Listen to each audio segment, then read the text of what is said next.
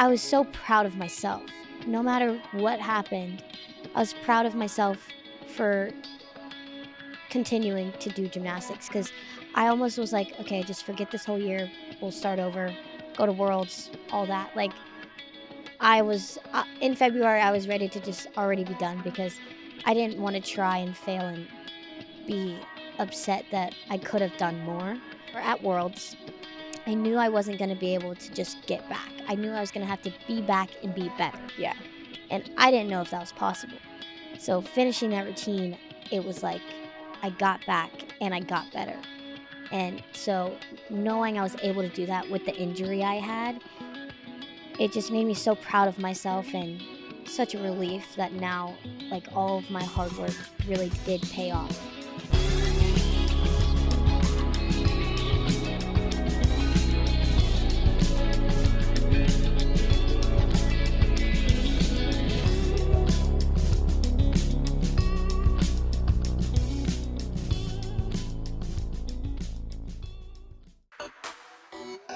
Joscelyn Roberson is among the elite gymnasts in the world. Huge with the mic drop. I love it.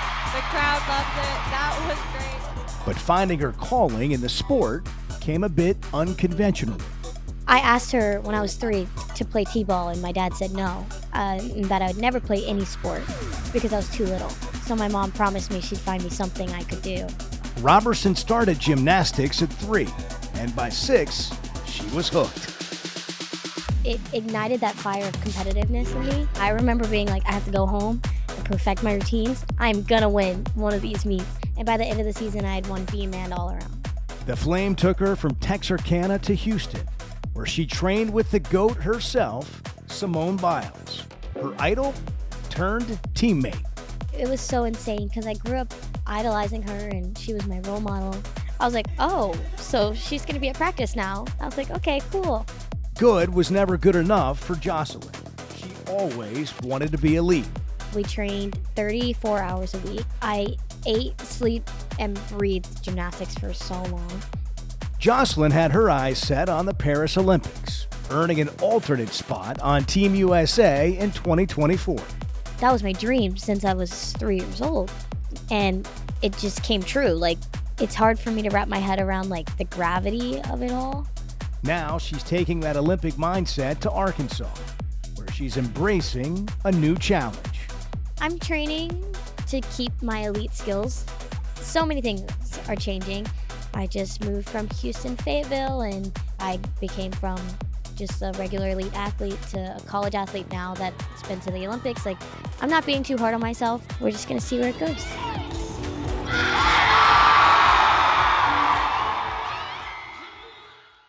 First off, I just want to ask you about some of the like recent meets that you guys have had. Yeah. The LSU win, the Florida win. I mean, those are both big wins for you guys. Yeah. Just walk me through those meets and what it was like to be in Bud Walton getting those. I mean, being in Bud is unlike anything I've ever experienced before, because all of the fans are there for Arkansas.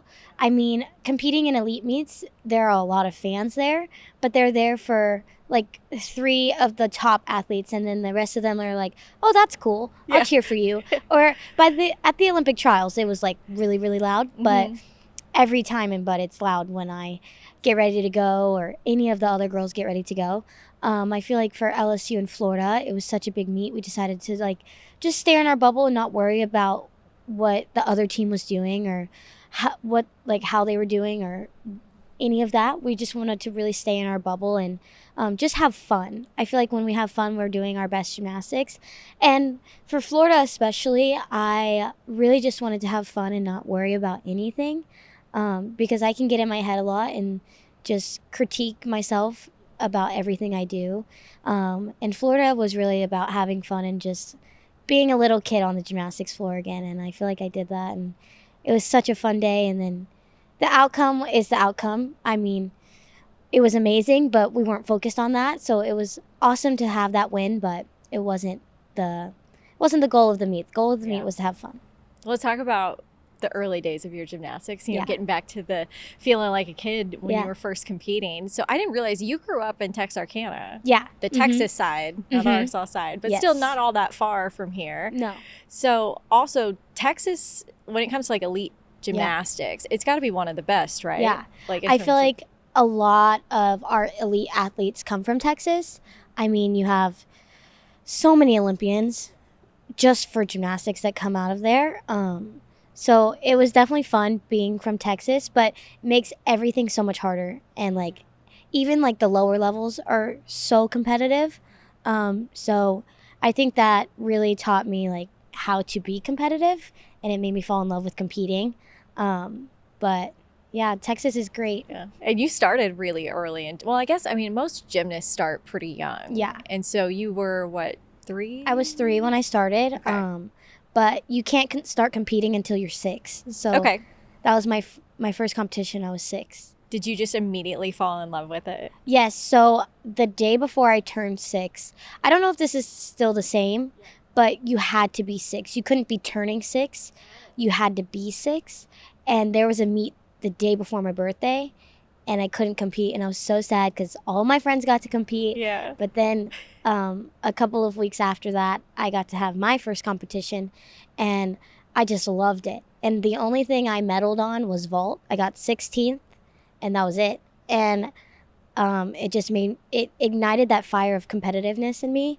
And by the end of the season, I had won beam and all around. Oh, wow. So I was not happy when that was the only medal I got in my first meet. Just motivated you though. Yeah. Which is crazy at such a young age to like have that inside of you. Thinking back, I'm like, why does a 6-year-old think like that? But yeah, I remember being like, I have to go home and perfect my routines. I'm gonna win one of these meets. That's and what separates you from the rest though. And I mean, when I was reading some articles about you for this, I didn't realize, so when you start gymnastics, you were doing like backflips, back tucks, like super, super young. Do you remember any like milestones for you that you're like, oh my gosh, I did it? It was actually a pullover on bars. I couldn't do I could do a back tuck before I could do that. And if you would look at a pullover on bars, you would be like, that's so easy. Like, I feel like I could do that right now. But it was so hard for me. I couldn't do it. I think because my head was so much bigger than the rest of my body, I couldn't like get over the bar. But yeah. But that was a pullover. A big accomplishment. Yeah. And I'm sure your parents were supportive of you going through all the different meets, and there's a lot of travel involved and stuff too. I mean, they got there. My dad at first didn't like it. When I first started gymnastics, he was like, she's too little. You need to take her out. She's going to get hurt. And then when he realized I was really good at gymnastics when I was about 7, making the tops team and all of this, that's when he was like fully in. And now you see him all over the place. Yeah. Like, he loves it. But at first he did not want me in gymnastics. But my mom had always wanted me in gymnastics, and she didn't care how far I went with it. That was kind of my dream and my goals. But she just wanted to make sure I had something that I loved to do, because my siblings did. I mean, I asked her when I was 3 to play t-ball, and my dad said no, and that I would never play any sport because I was too little. Okay. And so my mom promised me she'd find me something I could do, and she put me in gymnastics and dance. You know, you talk about that fear of getting hurt. Did you ever have that? Because I feel like when you start so young, you just feel like you're like invincible. Yeah. You know? When I was little, no. But then around like 9, 10, I mean, that's still little, but like I'd been in it for 7 years at that point. Right. I don't know what happened, but I started to realize like what I was doing was actually hard and scary. Absolutely. So then I like lost a lot of my gymnastics, and I had to relearn it. And so yeah, I did get to that point, but when I was little, I was completely invincible. You told me to do anything, I was going to do it. Yeah. It's a lot of sacrifice to be as good as you are in gymnastics, and at the young age and going through it. I mean, you probably weren't in school, I assume, right? No. So I started doing online school in 3rd grade. And then my first ever in-person class was a couple of weeks ago here for the 2nd semester. Oh, wow. I never thought about that. Yeah, so I did online classes from the time I was in 3rd grade all the way up until like 3 weeks ago. How was the first class? Intimidating. It's bio. Yeah. But I actually really like that class. It's a lecture class, so Oh, nice. not too bad, but Yeah. Yeah. But also, I mean, it's sacrifice for your parents too, And my and your siblings. family. Yeah, like all of them. I mean, my siblings, we never went on vacation because Joscelyn has gymnastics. She can't take that long off. So none of us have ever been on like a true vacation. If we go on vacation, then it's Joscelyn has a gymnastics meet and we're all going to go and maybe stay an extra day or two. They didn't get to do certain things with their friends just because Joscelyn has gymnastics. And growing up, that was hard for my siblings, but just I'm so grateful for them that they did let me have this dream and let me pursue it. And after I made the Olympics, even as the alternate, both my brother and my sister, they were like so proud of me, and they were really getting into it. Like they were watching the entire thing and being like, okay, what does this mean and this mean? And usually they don't care. Like usually they don't pay any mind to it, but just seeing them fall in love, and like now they watch me in college gymnastics. Mm-hmm. So seeing them kind of fall in love with the sport as much as I do is just really an awesome thing. That's because great. I know growing up, they definitely didn't like it at times. Like, she has to go do gymnastics again. Right. Yeah. And, also, I mean, being older now and looking back on it, I'm sure you have just like a different level of appreciation for it as well. Oh, definitely. Yeah. When I was young, I was like, guys, it's just a sport. What do you mean? But I didn't realize how much they were giving up until looking back, like, oh, they couldn't go swimming with their friends, or they couldn't go do this extra sport that they wanted to try, or learn how to play this instrument, because all of my parents' energy was going into me. And they played what they wanted to, but they had to pick one or the other, like I did. And it just sucks because a lot of kids, they do a bunch of sports and they just dabble in all of them and whatever one they like the best. But they were like, you have to pick one. And my brother did football and baseball, and then they went both into the band in high school, and they really loved that. So I'm glad they had something, but they still gave up so much for me. Did you ever feel any pressure because of those situations with your family? I did, but never from them. I put it on myself. Mm-hmm. They always told me, like my parents especially, I don't care how far you get with it. When they moved me from Texarkana to Houston, they were like, we don't care how far you get with it, but we want to give you everything you can have and like all of the tools you need. And because they were like, we couldn't live with ourselves if we didn't do everything we could. So I put a lot of pressure on myself to make the most of it, but never any pressure from them.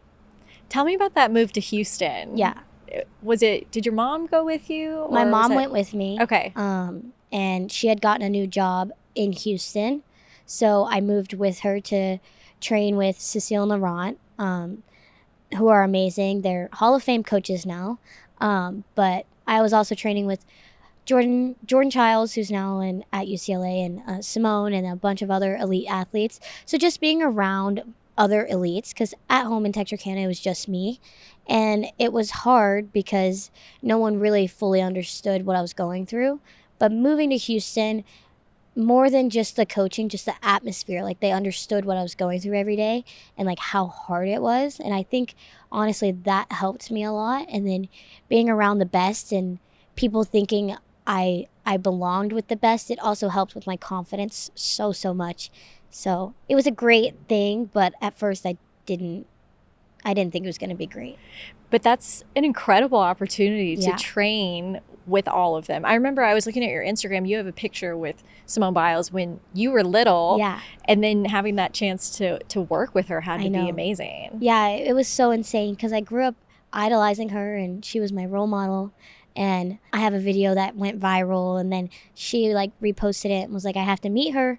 And then she was doing this autograph signing at a meet in Las Vegas, and I waited in that line for hours. Oh, really? Yeah, and so and it was so fast, like you hand her your shirt, your paper, and sign and move on. But she looked up and she was like, who's this? And I was like, oh, it's mine. And she's like, oh my gosh, you're that girl. So then I got to go behind the table and take a picture with her. That's really cool. And then she remembered who I was all through the years, and we would like see each other in passing, and I would get a picture every time.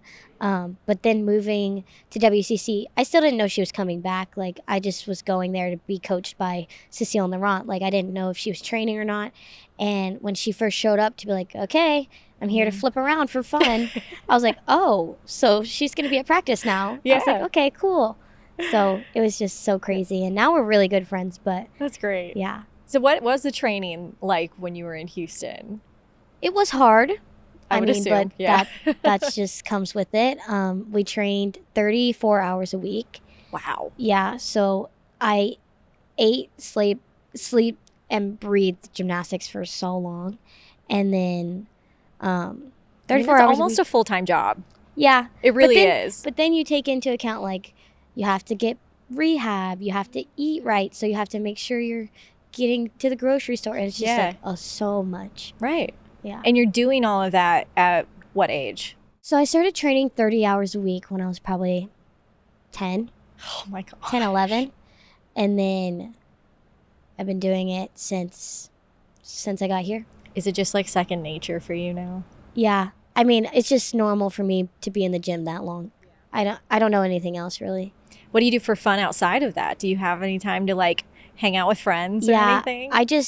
I tell them to come to my house so I don't have to leave, really. Smart move. And they just hang out with me at the house, or we'll go watch a movie, but most of the time they just come over. I mean, we're all staying in the same apartment, most of us. Yeah. So it's not hard. I'm just good. like, y'all can come stop by and say hi. Yeah. But I'm going to stay here in my house.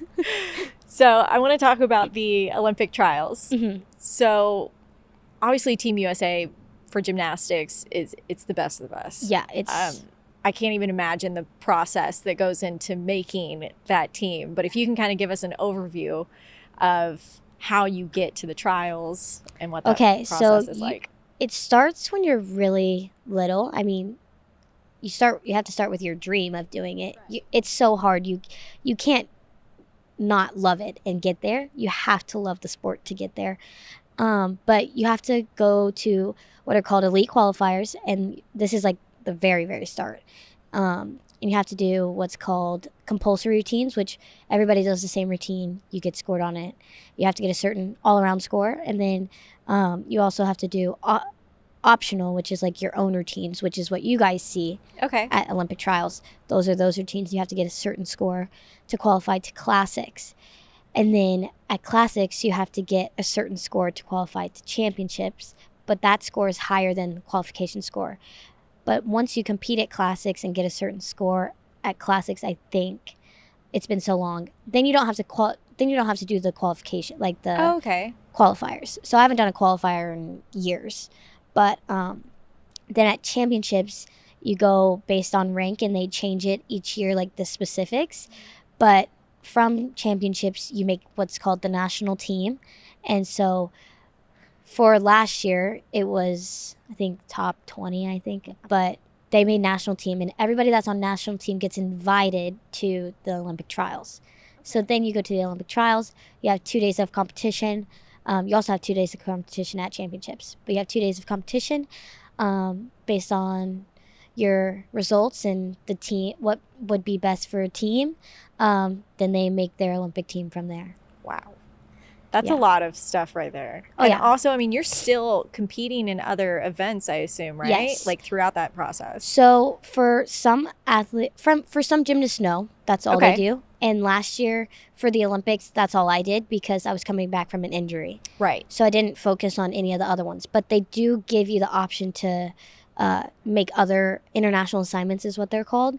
And how that works is you go to a camp and you have certain amount of days of camp, and you compete throughout those days, and then they make their team from those camps.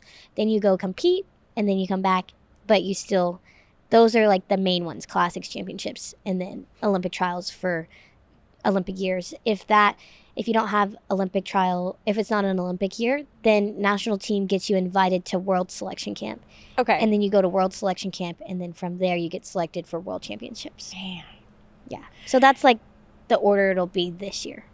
Okay, yeah, since there's not an Olympics. Mm-hmm. Okay. And you mentioned an injury. I know it's an ankle injury, right? Yes. Walk me through what happened with that. So I'd made worlds, and we did qualifications. I competed in qualifications, did really well. I had made vault final, and we were competing team final. And I was warming up. We did great, and then we get what's called a one touch So there's a back gym, and you do all of your warm-ups on the back gym, but then you go out into the arena and you get one touch on the apparatus you're going to compete on. Yeah, okay. And I was doing that, and that's when I landed short on my vault, and I seriously hurt my ankle. It was a really bad injury, and we weren't sure if I'd be able to come back fast enough for the Olympics, which was really, well, I didn't. Everybody else was like, you'll be fine and you'll get there. But I wasn't sure if I'd be able to make it. And I really struggled with that all the way up until February, when I still felt like I wasn't getting better. And I was still in a lot of pain in my ankle. And I don't know what happened, though. I had a meeting with my doctor and my coaches, and really sat down with my parents, and they all told me, you're good. You're healthy. This is going to be a mind game from now on. And it's going to be how bad and how hard you want to work. And I guess that flipped a switch in me. Okay, I'm not injured. I need to stop acting like I'm injured. And I did, and we just got to work, and we made it happen. I was about to say the floor routine at trials. It was the last one, and I just remember watching it because I love watching the Olympic trials for gymnastics. It's so much fun. And Day 2 was the most watched Olympic sport. Oh wow, was it really? I didn't know that. Yep. For good reason too. Yeah. And you just had a really emotional moment, which I think a lot of people can completely relate to in some way or another. But going through what you went through to get to that point, and then just feeling the relief of that performance too is incredible. Mm-hmm. So Thank you. I mean, what were you feeling in that moment? It was just the biggest weight off my shoulders. Yeah. That no matter the outcome, you have no idea what the selection committee is gonna do with they have so many scores they can pick from, and so many teams they can choose. Because we are so deep, they really could pick three teams and we would be fine. So it's it's really hard to be oh, I did it. But the emotions that were running through my brain was no matter what comes out of this, I did everything possible to do as best as I could. And I felt like I did as best as I could. And I was so proud of myself. No matter what happened, I was proud of myself for continuing to do gymnastics, because I almost was okay, just forget this whole year. We'll start over, go to Worlds, all that. I was, in February, I was ready to just already be done, because I didn't want to try and fail and be upset that I could have done more. But that feeling of I knew I couldn't do anymore, and and my goal was, so at Worlds, I knew I wasn't going to be able to just get back. I knew I was going to have to be back and be better. Yeah. And I didn't know if that was possible. So finishing that routine, it was I got back and I got better. And so knowing I was able to do that with the injury I had, it just made me so proud of myself, and such a relief that now all of my hard work really did pay off. And I didn't even know what was going to happen, but I knew that whatever happened was good enough for me. What's that weight game like after you finished to finding out if you made the team? Yeah, so it was not very long, actually. We all went back into this one room. They sat us down. We expected it to be forever, because at Worlds, you have to wait. World Selection Camp, you have to wait forever. But for the Olympics, they were already in there, and we were oh, that's kind of weird. And so we sat down, they announced the team, and then you have 30 seconds. Oh, we wow. knew probably 5 minutes before you guys did. Wow. So they sit us down, they tell us, everybody claps, all the gymnasts, coaches, whatever. And they're okay, you got to go. And then you walk out. You walk out, you get changed. We got changed into those outfits, and then they announce your name. It was so fast. What was the moment like for you? It was so many emotions. I don't know. It was so hard. It was such a shock. But then at the same time, it was okay, now I'm going to be on TV. I have to be looking like I am going to be on TV. So I was okay, where's my lip gloss? All this stuff. And thank God our doctor was right there, because we were putting our lip gloss on as we're running out, and we're just throwing it to her. Oh. And we're hold this. But I was so happy, so grateful for the experience. Yeah. And I mean, that was my dream since I was Yeah. 3 years old. And it just came true. Like, I still, it's insane to think about. And it's hard for me to wrap my head around, like, the gravity of it all. And also, I've never thought past 2024. So I'm like, what do I do now? It's 2025.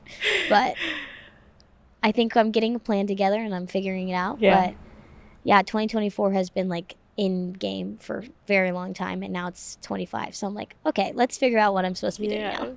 Well, it's also just amazing. Like, you talk about the injury and you've mentioned the mental side of it too. Yeah. I mean, like you said, overcoming it. And there's got to be, I assume, some feelings of like making it as an alternate is still such, you said that they could make 3 teams out of Team USA. Yeah. And it would still be amazing. So as an alternate, was there a little bit of you that was like, I know I can do better, or? I knew I couldn't do any better. Okay. But there was some like, I mean, it sucks to be an alternate. I wouldn't say it sucks. It's like a hard thing to go through because you're like, okay, season's over, but it's not over because if something happens, you have to go in and compete. So it's a hard thing to train for sure. Absolutely. But I was so grateful and I took on the role as best as I could and I was ready for if anything happened. But being an alternate is hard because you can be upset for yourself, but also at the same time, you're so proud of yourself because you've gotten so far. So I was able to like sit with that for a little bit, but I wasn't too sad about it. And then you just get to go and enjoy being at the Olympics. And how amazing was it for you to travel to Paris and be there for that? It was so much fun. And like, I just love gymnastics. Like, it is my happy place. I love doing it. So going there and just doing routines and being with the girls and just seeing new places with, I would say, every international assignment, seeing the new places with all your friends is like an amazing experience because how many people get to go travel the world with their friends at 15? Like, nobody. Exactly. Nobody else gets to do that. So it's so insanely different than anything I've ever expected to do, but it was so much fun. And we went and saw the Eiffel Tower and that's so cool. Then we got to go watch them compete, which was really fun. So the whole experience was just amazing. And I do want to ask you about the mental side because we've talked about it a couple of times, but like diving into it, did you have anyone that was helping you kind of manage the way that you thought about like self-criticizing or anything like that? I mean, just my support system, like my family and my coaches, especially my teammates. I mean, Simone's already done it twice. Jordan had already done it once. Like, they knew what I was going through, just preparing for the Olympic year. And the year before, they had told me, they were like, the Olympic year is unlike anything else. You're going to have so many more emotions. They're going to be heightened. Like, every little minor mistake is going to make you feel like you're going to want to end it all, which it did. And they just prepared me for that. But after Worlds, I did go see someone for a little bit just to get over like the anxiety of, oh my God, how am I going to get back? Because that really, I struggled with that while I was still in a boot and it felt like I just was like not getting better. Yeah. But after I actually started getting back into routine shape and feeling like, oh, maybe I can do this, I was fine. It was just like life without gymnastics seemed really scary for me. So I did have someone that helped me with that, but I didn't go for like an extended period of time. But it does take some work to get there, so I totally understand. And you've mentioned Jordan. I want to talk about college because I feel like this is the first time we've really seen several Olympic gymnasts like in college at this time. I mean, for starters, that's amazing. It's really fun to watch. But I wonder like why that's been happening. I think it's just a culture change. Okay. I mean, for a long time, the culture was always you go to the Olympics, and you're done, right? Or you don't go to the Olympics, you go to college. Yeah. But then because if you make the Olympics, it's so hard to turn down all the opportunities you would get, because you'd have to go pro if you had made the Olympics instead of going through NIL and making money that way. Okay. And for a lot of us, our main goal is to go to the Olympics for us, but then we want to be able to provide for our families and give back to them, and with all the sacrifices they gave us for so many years. So I feel like that's a lot of the reason why they would go to the Olympics, go pro, and you wouldn't see them in college, because they couldn't make money and be in college. But now with NIL, it's opened up a new world. And so Olympians can make money off of their name and their success in the elite world, but then still go and get collegiate experience and get a degree. So it's really amazing. And just the culture change of elite gymnastics too. It was like 18 years old used to be old. Old. Like you were a grandma. Like literally Allie Raisman was called a grandma and she was 19. Wow. At her second Olympics, or 20 or something like that. Something like that, yeah. Something like not old at all. But then our whole Olympic team, except for Hesley this time, was over 21. Wow. Or 21 or up. Yeah, so it is changing then. So it is changing. Yeah. And the culture of, you don't have to be this little tiny baby to do gymnastics. You can grow up, mature, and still be really good at your craft. And it's an amazing thing. And it also gives me comfort, because I know I can keep going, and it is possible. And it gives younger kids, like, also I feel like it just gives them a comfort, like, okay, I'm not going to grow out of it. Because that was what we were told growing up, is like, you only have this opportunity for so long, like you'll grow out of it. And knowing now that that's just not the case, it's amazing. That is really cool. Yeah. What's it been like for you being a college athlete so far? It has been so crazy and so different. Just like the team aspect is really fun. I love that. We are all so close, and I feel like especially over the last 2 weeks, we've really gotten even closer, and that's great. We've taken the time to really push that and work on that, because we feel like it's so important. But that's amazing, because in elite gymnastics, yes, you have teammates, but it's an individual sport. You're all working for the same goals and everything, but it's not like your whole team's gonna make it. It's individual. But this has been so fun, because it's also a switch in mindset, because I'm not doing it for my dreams and my goals, but I'm doing it for all of our dreams and all of our goals. And it's just a different mindset, and I love it so much. How did you end up at Arkansas, of all places? Honestly, the reason I even looked into Arkansas was because of Jordan Weber, our head coach.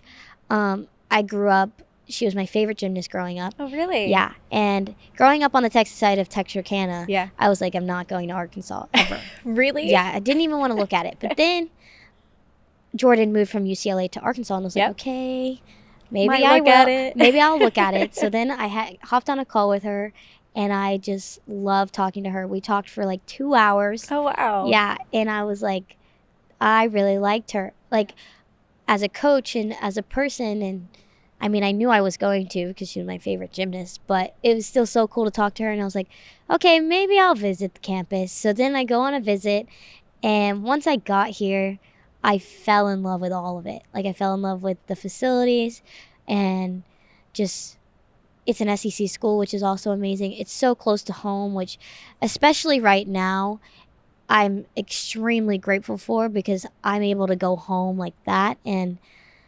I didn't realize how much I was going to need that, but it's so amazing and awesome. And being able to go home is just, I'm so grateful for that right now. And so that was a big thing for me. And then the girls and the coaching staff was what sold it for me. Like, I felt like a good connection with them. And this is where I wanted to be for the next 4 years. I remember I was at one of the football games in the fall, and you come out on top of Tusk. Yeah. And you're not even in classes yet at that time. You're doing like online. Yeah, right? I was online classes. Yeah. So was that like your first introduction kind of to like a big event on campus? So I had been to a football game on my visits. Okay. But I hadn't been to a football game as a student. And I still haven't been to the student section of a football game because they actually sat me next to the national championship winning team. Oh, wow. They were right behind me. So that was really cool fun. too. But yeah, that was my first like football game of the year. And how coincidental is Arkansas versus Texas? Yeah. Like that's the game that I grew up on.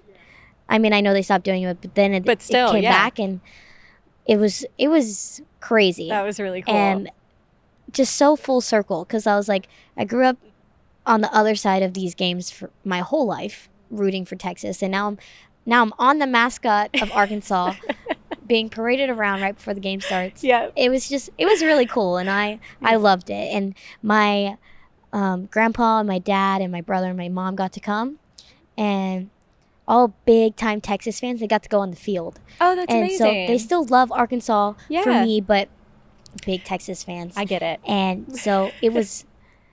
They loved getting to see the Texas players like right there. Yeah. And so I love like giving back to my family, like those little things. It's cool experiences for them. Yeah. My grandpa thanked me. He was like, I never thought I'd ever meet those people. Wow. And it's just like they gave up so much for me. The fact that I can give them, even though it's like an experience, it's not so much a thing. No, but I it's a love memory being they'll able always, to do it. Yeah. They'll hold that with them. Yeah. So that really is so cool. Have they made it to any of your meets yet?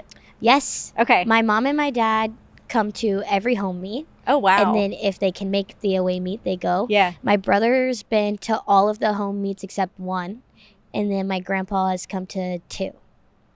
And then my aunt and uncles have come to 1, but they're going to try and come to the last one too. Oh, amazing. Yeah. Well, as we kind of wrap it up, I just, what's it been like for you being a Razorback and sporting the hog on your chest? I mean, being a Razorback is just so cool. I mean, no one else is a Razorback. There are other teams that have like sharing a mascot, but wearing a Razorback, you just know like you're unique and you're special. And then Arkansas has taken me in so well, and they really have just fallen in love with gymnastics too. Like, yeah, they come and they watch, but they also fall in love with gymnastics, and just being part of this community has been so fulfilling. I mean, I knew it was going to be great when I committed here, but getting here, it's been even better. And just becoming friends with so many people. Like, I love meeting people, and just like everyone here is so great. And I have so many friends that I can rely on, like not just like acquaintances, like actual friends. And I'm so grateful for all of them. And it's been so fun. You mentioned it a little bit earlier, trying to figure out what's next. Yeah. I mean, I know you're still in here doing 2 practices a day. Yeah. So are we training for anything in particular? Or? I'm training to keep my elite skills. Okay. And try and stay in shape. And my goals are to make hopefully worlds later this year, but we're just taking it one step at a time. If anything changes, I'm not going to be too hard on myself this year. I mean, I just moved from Houston, Fayetteville, and everything's changing. Like, I became from just a regular elite athlete to a college athlete now that's been to the Olympics. Like, so many things are changing. I go to school now, which is weird. That's the weirdest part. I'm serious. It's the weirdest part. So I'm not being too hard on myself, but I am getting back into training, and we're just going to see where it goes.